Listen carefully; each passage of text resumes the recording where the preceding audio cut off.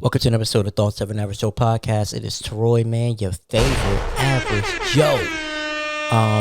How's everybody doing today, man? I'm good. Uh, um, it's not gonna be. I'm doing a 4-part series. The series is going to be titled. Hold on, I have it written down. Paycheck to Paycheck, the silent struggle.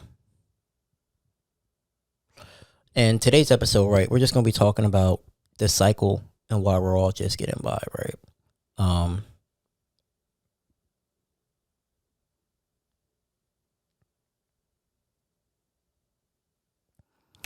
So let's get into it, man. Hold on.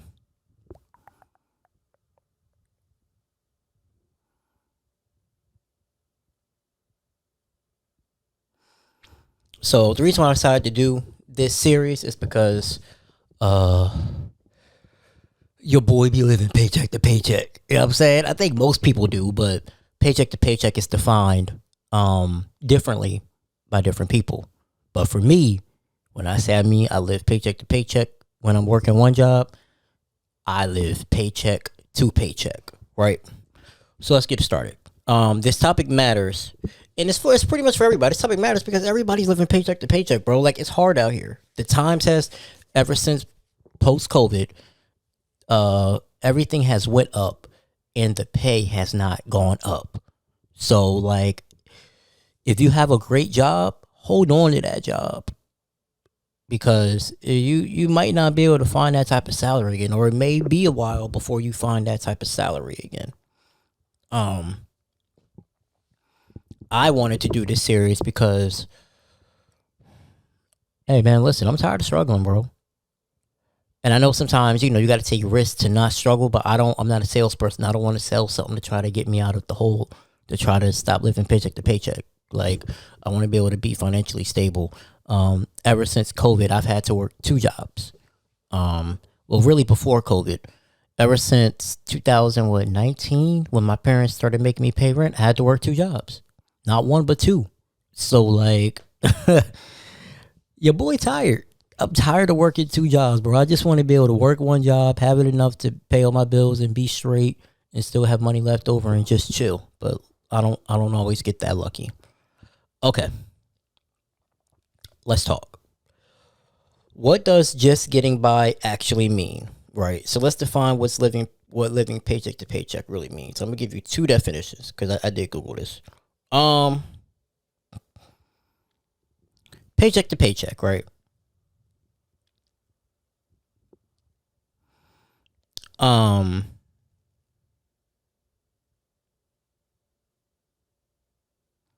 I just had it. What did I do with it?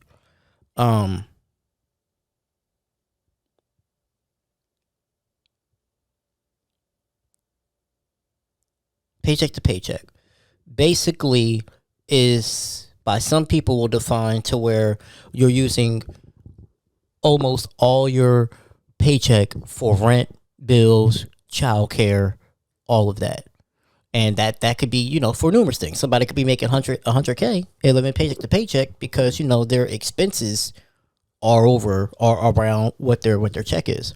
For me, living paycheck to paycheck is different. For me, living paycheck to paycheck means that if I lose my job tomorrow, I'm fucked. Like, I'm literally surviving from paycheck to paycheck. I don't have enough money left over to really do anything for myself, to really even try to save, because the job isn't paying me what I needed to pay to only work 1 job. So then therefore you gotta work 2 jobs. To me, that's what living paycheck to paycheck is. I've been living paycheck to paycheck pretty much my whole goddamn life. The only times I haven't is when I worked 2 jobs, but that was 2 full-time jobs. So therefore I'm tired and I get burnt out, right? But that's the only time that I don't really live paycheck to paycheck. And it sucks. It absolutely sucks. Yeah, so strictly speaking, living paycheck to paycheck means spending nearly all your income on necessities such as food, rent, childcare.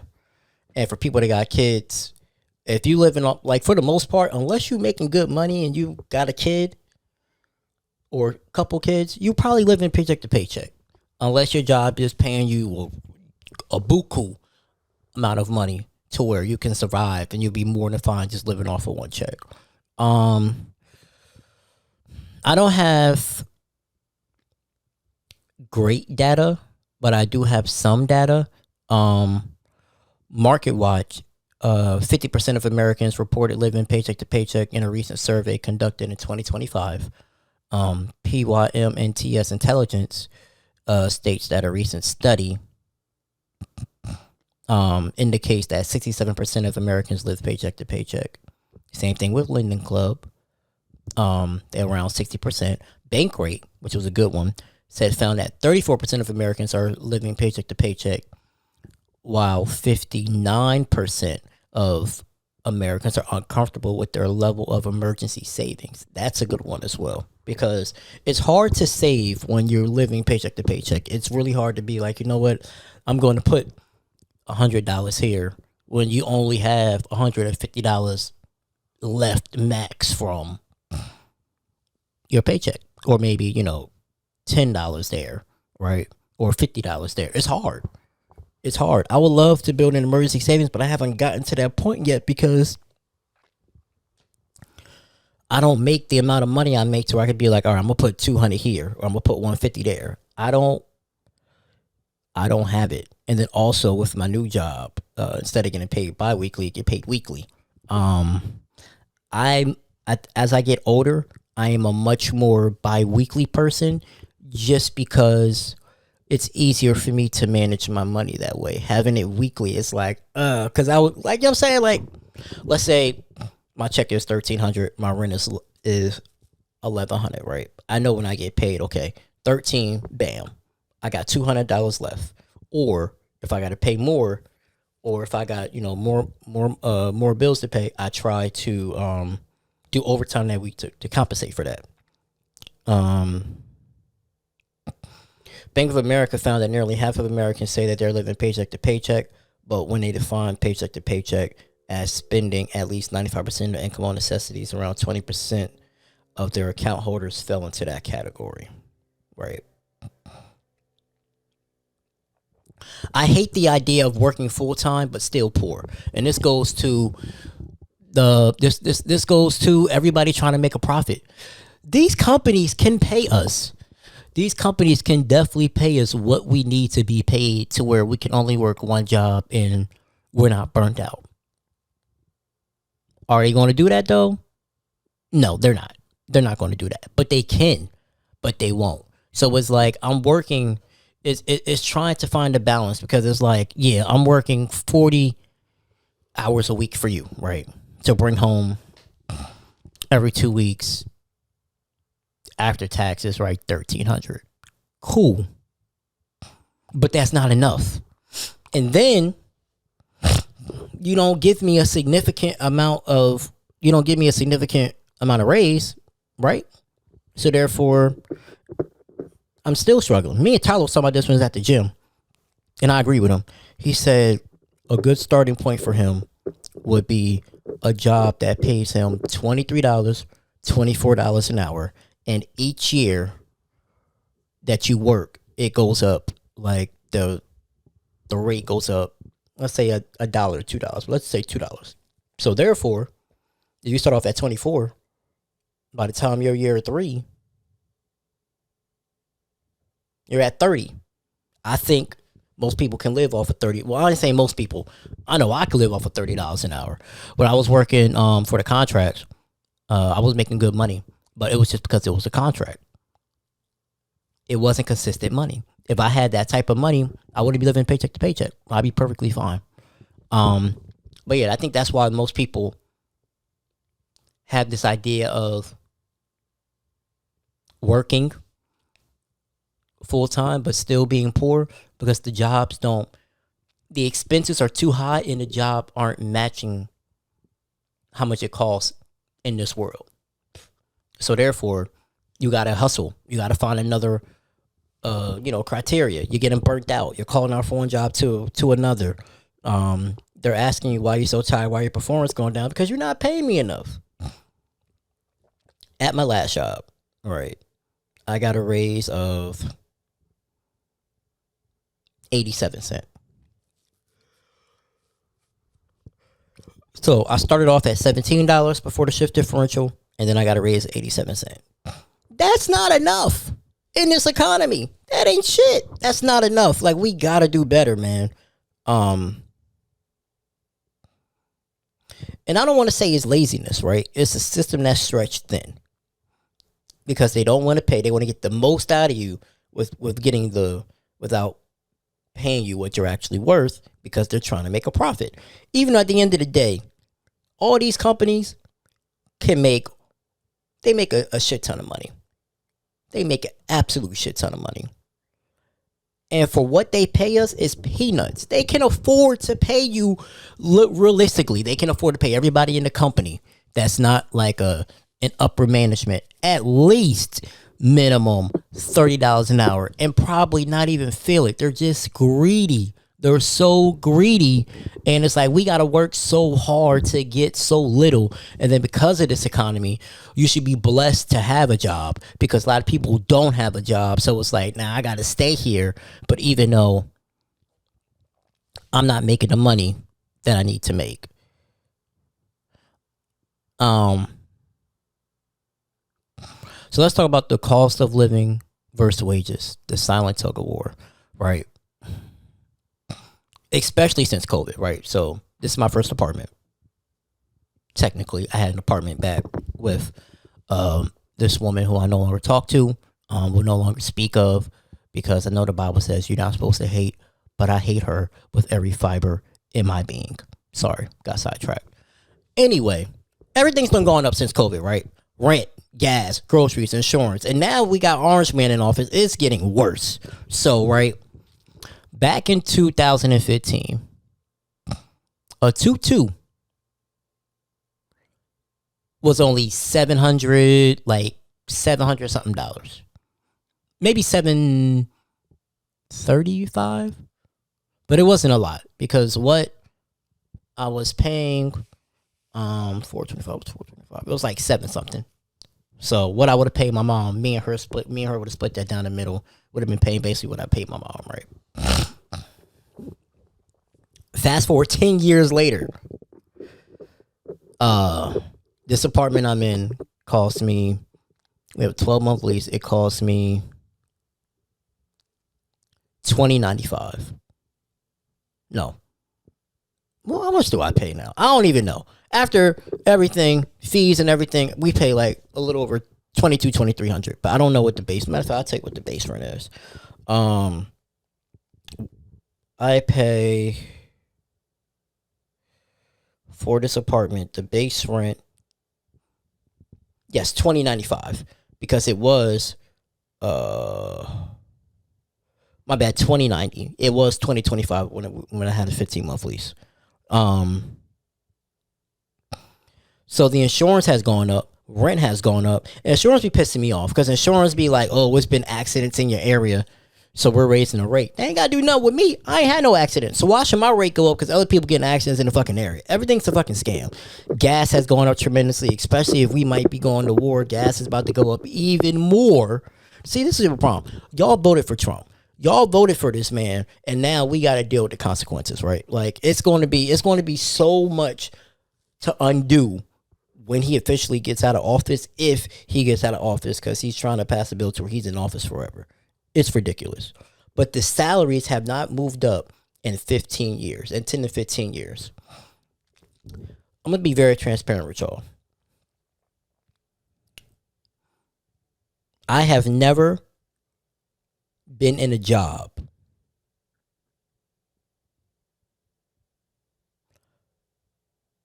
no, hold on. I think that's a lie. Give me 1 second. I've been in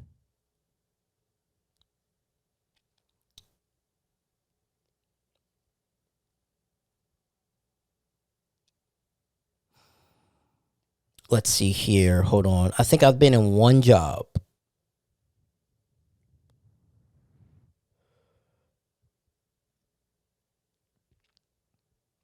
I think I've been in one job where I've made at least $40,000 a year. One, one job where I've made at least $40,000 a year. Not a whole bunch, just one. Hold on, I'm trying to find it right now to see if I have it. Hold on, let me tell you. Site on site. Atlas.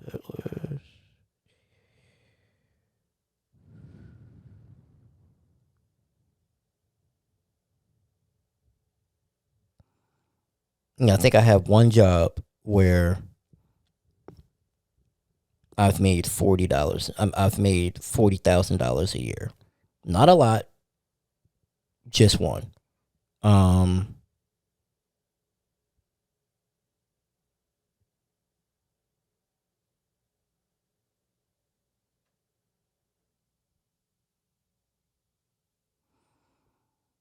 yeah, just one, and that's sad. Every other job I've had, I get paid about like I remember I was working at before COVID. This one company, it was only paying me what $12 an hour. I don't even think I was making 35K a year. Now I get jobs that bring home about like 35, 37, but that's not shit. So then I got to work two jobs, another full time job on top of that, just so I could bring home 70K a year before taxes, which really isn't shit. So that's why, like, right, when people be like, "Oh, I need a man to make six figures, I need a man to make X, Y, and Z," I stay out that conversation because, baby, I've never made them more than at one job at a time. Um, I mean, contracts, I don't count those because they're not consistent. But like a job where I actually had benefits and working 40 hours a week, the most I've made, I think maybe was 40 or 39. But it had some, I've never made 50K at one job before taxes, like a starting salary. And they're not paying enough. And yeah, like they may promote you, but it's still not enough. Like you could go from a regular employee to a lead, and I'm still you only getting an extra dollar.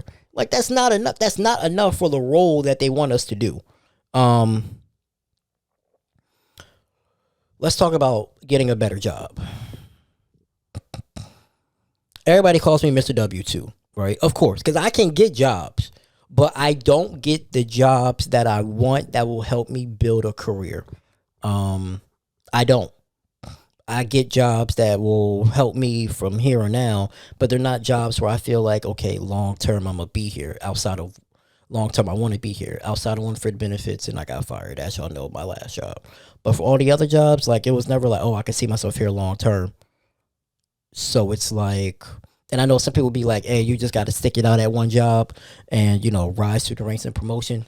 Listen, baby, the funds don't the economy, right? I don't have time to stay at one job and hopefully in 5, 10 years I double my salary or triple my salary.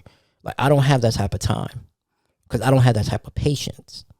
Like I've never had that type of patience. Just let me rise through the ranks. I want a job that's going to pay me for what I'm worth, and I would like a job that's going to give me a chance. That's a good paying job. Like I applied for this job over the weekend, and I had to talk to the manager, everything like that, and then I applied, never got an interview, and it was just a little discouraging because it's like for these other jobs they want you to have X, Y, and Z experience, but I'm gonna have X, Y, and Z experience if you don't give me a chance to gain experience. So how am I ever gonna get into those type of roles, right? If I don't have the experience. I don't necessarily hate my job, but I don't think it's long term for me. So I'm already on the look for something else. But it's also like at the same time, like I can't get the jobs that I want because I can't get the experience. So it's like find a better job with better pay. But with these companies knowing that the economy the way it is, the way that it is, they ain't paying. They not about to sit there and pay you all that money for what? They could be like, hey, people right now at my old job before I got fired, there was a person who was a manager, right? A manager making at least anywhere from 70 to 100K, right? Let's just say 70K. and he took the job that I was in, making $17 an hour. Crazy setback. I remember my old boss was like, sometimes he looks at jobs for the benefits and not the pay. And I'm like, that's cool. You know, when you making really good money in the department he was in, I'm pretty sure he was making close to six figures. So you could go for the benefits and the pay. The benefits may be good, right? But me and Tyler was talking about this. He feels like jobs would pay more if they didn't have to pay benefits. If it was just strictly pay, I think they would pay more, because they pay benefits. They don't pay good. Like he was saying, for jobs that have really good benefits, their pay isn't that great. And for jobs that have great pay, their benefits aren't that good. So it's really a trade-off, as a catch-22. And then also, the working more hours doesn't always mean more money, because it don't. Just because you work more hours don't always mean you're going to get more money out of it. You could, right? Like, I need a job to where, like, it's, hey, listen, hey, you got unlimited overtime. Do as much as you want, then cool, I could work one job. But for the most part, I got to work two, because I don't have that luxury. I'm in the hunt for a second job right now, because my one job does not pay me enough to pay my rent, my car note, my insurance, all of that, and live comfortably. If I do all of that, I got maybe $200-300 left over. So I'm getting another job, so therefore I can stack my bread. And I'm going to have to commit this time, because normally when I get a second job, after like a couple months, I'll be tired. But I'm going to have to commit, so that way I can really build a savings. And then also, I want to try to go back to school, a trade school, because I feel like Florida doesn't pay enough. So I want to go to a trade school to where I can actually start making some real money. Well, what I want to do, I don't know yet. I'll let y'all know when that happens. Let's talk about it, man. The system is rigged, but nobody talks about it. Student loans, medical debt, and car note, the traps. Everything, especially right now, student loans, thanks to President Trump. He, like, I just don't be like, that's why I be so mad, because people who it don't affect people, we like, people wages are about to be garnished because of President Trump, because he doesn't have to go through that. Like, it's crazy. Absolutely crazy. So now you already aren't making enough money. So now you got to come up with another job, because your wages are about to be garnished. And I believe they took away the income driven plans. Like, you say, I make too much because I bring home $18 an hour, but I'm struggling. I would love to get food stamps, but I can't, because I make too much. I make $18 an hour. I don't even got money like that to pay for groceries. It's so expensive. Like, I just wish the system was which it isn't. I wish the system was a little more understanding, because there should be no reason as to why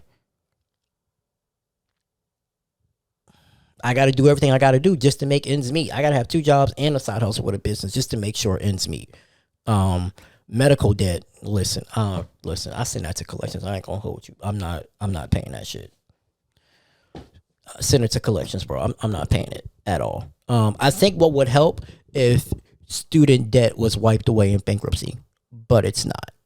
It's not. And the interest rate on it is crazy. Same thing with the cars. I know it's hard. Same here. My car payment is high as hell, because I need a car. I need a new car. But it's like, I wish my car, I missed my car payment of $338.11, but that car was breaking down. I needed a new whip. Even if you do everything right, you're still stuck, because at any given moment, right? I truly feel like there's a few ways to stack, right? One, you're working two jobs, right? Or you're working a job and doing like a service, either a ride share like Uber, Lyft, Instacart, or like, you have a business on the side, you do hair, something like that, to where you can kind of stack. Two, you have a good job to where you can afford to put away extra money each check. Like, if you're making like $6,000 a month, depending on where you live at, you could put away some decent money to build a savings. Three, your parents are rich. Let's keep it a buck. Or before you hit the lottery. Those are my ways to save. Because otherwise, you live in paycheck to paycheck. Hard work alone isn't enough anymore, because Once again, people don't pay enough. Everybody was like, oh, if you work hard, if you do this, you go to school, you will be able to live a good life. Yeah, that was the dreams of our parents. That ain't the dreams of us, because a lot of people going to school working. So a lot of people who has degrees and they're working low entry jobs, warehouse jobs, making $17 an hour, working at Walmart, working at McDonald's, where people don't give a fuck. They jobs want you to have requirements. Like, I remember I dead ass saw something on Indeed where it was like, hey, yes, you need a master's degree and the pay is only $15 an hour. Excuse me? A master's degree and you're only trying to pay me $15 an hour? Hey, get out my face, bro. Like, please get out my face. Get out of my face.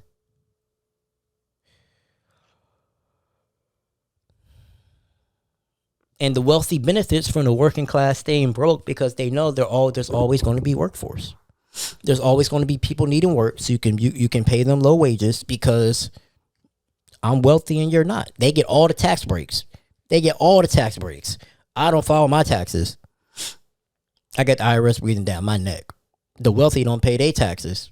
It's cool. They get tax breaks. Oh yeah, don't worry about it. Yeah, we tax break this, tax break that. And you know what I really feel like we need? Because I don't know how much. Let's see. I don't necessarily know how much the president makes. Let's look it up. What is the president's salary?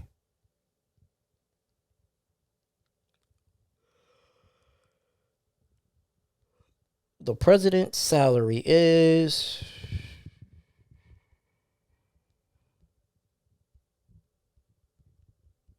president's salary is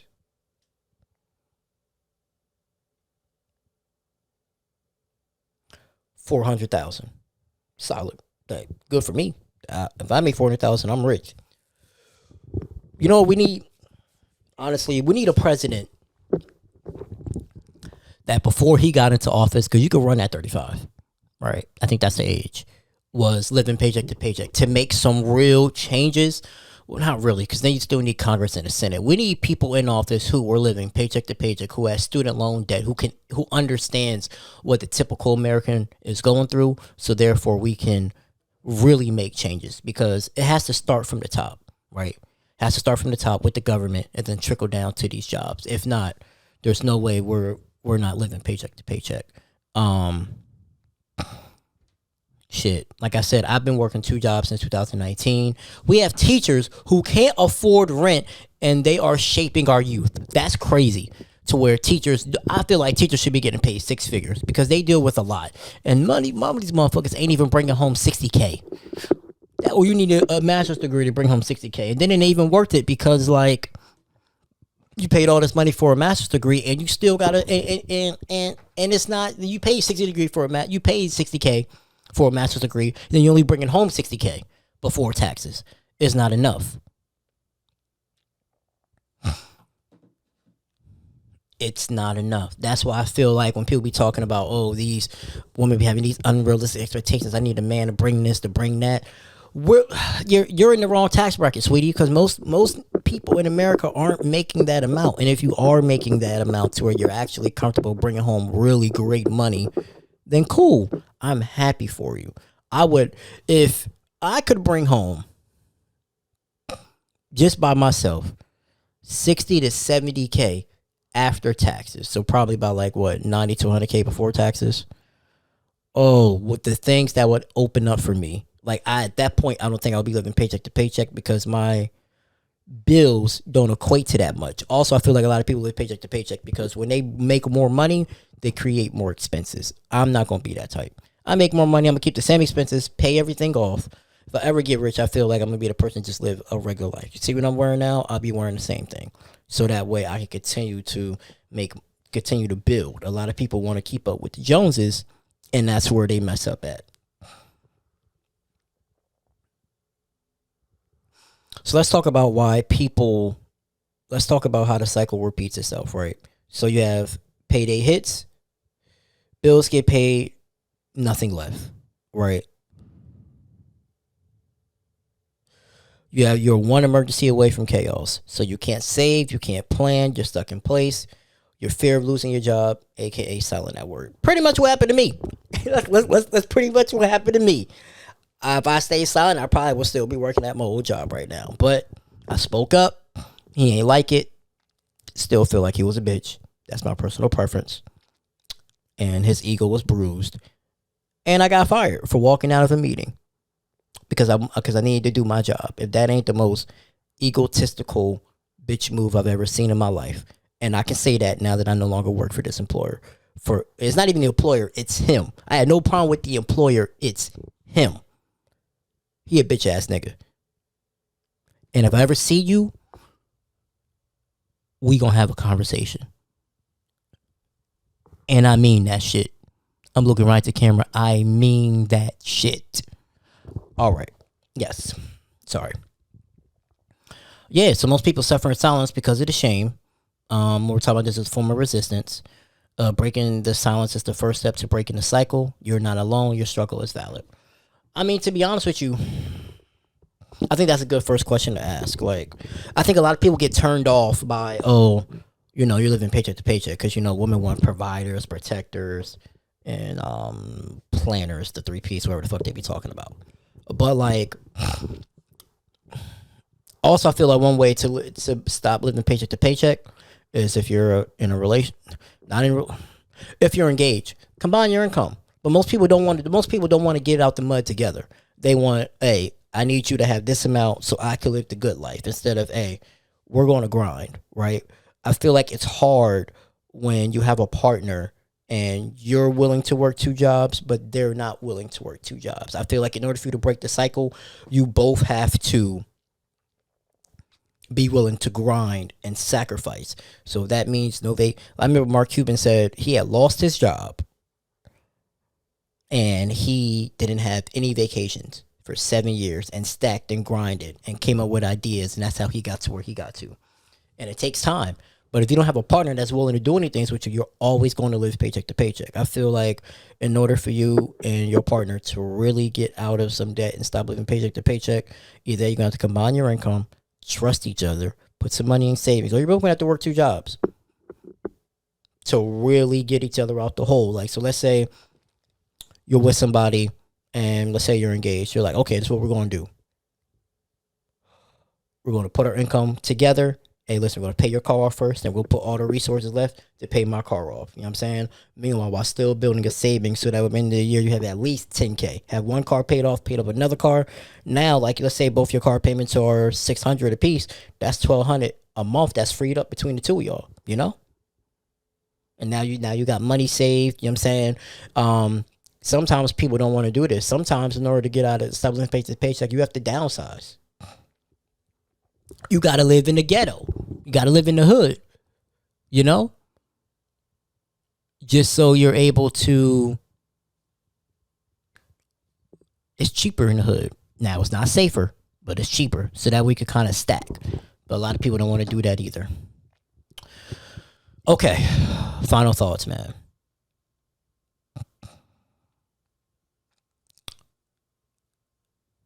This ain't our fault. But we have to talk about it, because if we don't talk about it, how are we ever going to break this cycle, right? Don't be shamed if you're living paycheck to paycheck. I'm not shamed. Shit, hell, I'm not even shamed that I'm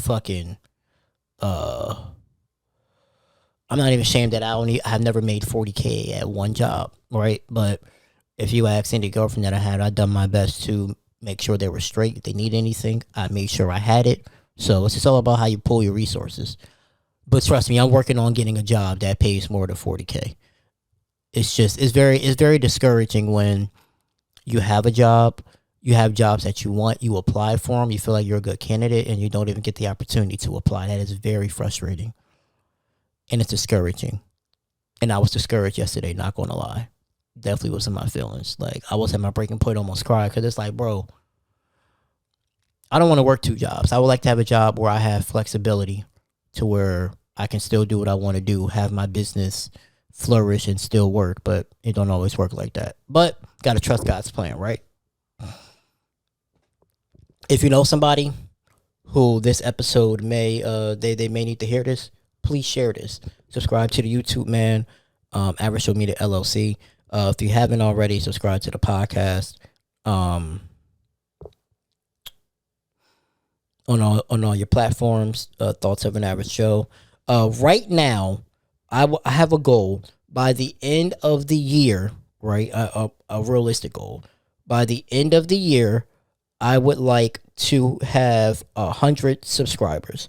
Right now, I am at 35 subscribers. And also, y'all ain't been watching my videos like that. And I bought a lot of money for this camera and I've been pushing out content. It started off great. I need at least, I consistently want at least 40 to 50 views. I'm starting small. 40 to 50 views a video for every video I post. Average Show, Baby Daddy Chronicles, Juice and Joe when we pod, graphic tees when we drop. And I'm only getting like 8 to 10 or 10 to 12. And I'm promoting, as y'all see on my Instagram, I've been promoting TikTok, YouTube Shorts. Help me. Now, like there is one person who found one of my videos on TikTok and watched it on YouTube. I do encourage that. Please help a brother out. All right. This was part 1 of a 4-part series. Next week we're going to be talking about mental rent is due, the emotional cost. So be on the lookout for that, man. Love y'all. Appreciate y'all, man. It's TOAJ, man, your favorite Average Show. Don't forget to subscribe to the YouTube. And we're in for a long ride, but we're going to be okay. Hopefully, eventually, one day, the living paycheck to paycheck cycle will stop, or God will come back. One of the two. Big Santos will come back. All right. Love y'all, man. I'm out because I got to work. Been working overtime all week just to make sure I have a little extra money. I'm working 2 to 2:30, 2 p.m. to 2:30 a.m. all week. Shouldn't have to do that, but I am. But best believe I'm thinking about going to trade school. All right, I'm out. Love y'all. Appreciate y'all, man. It's TOAJ. It's your favorite Average Show. Peace.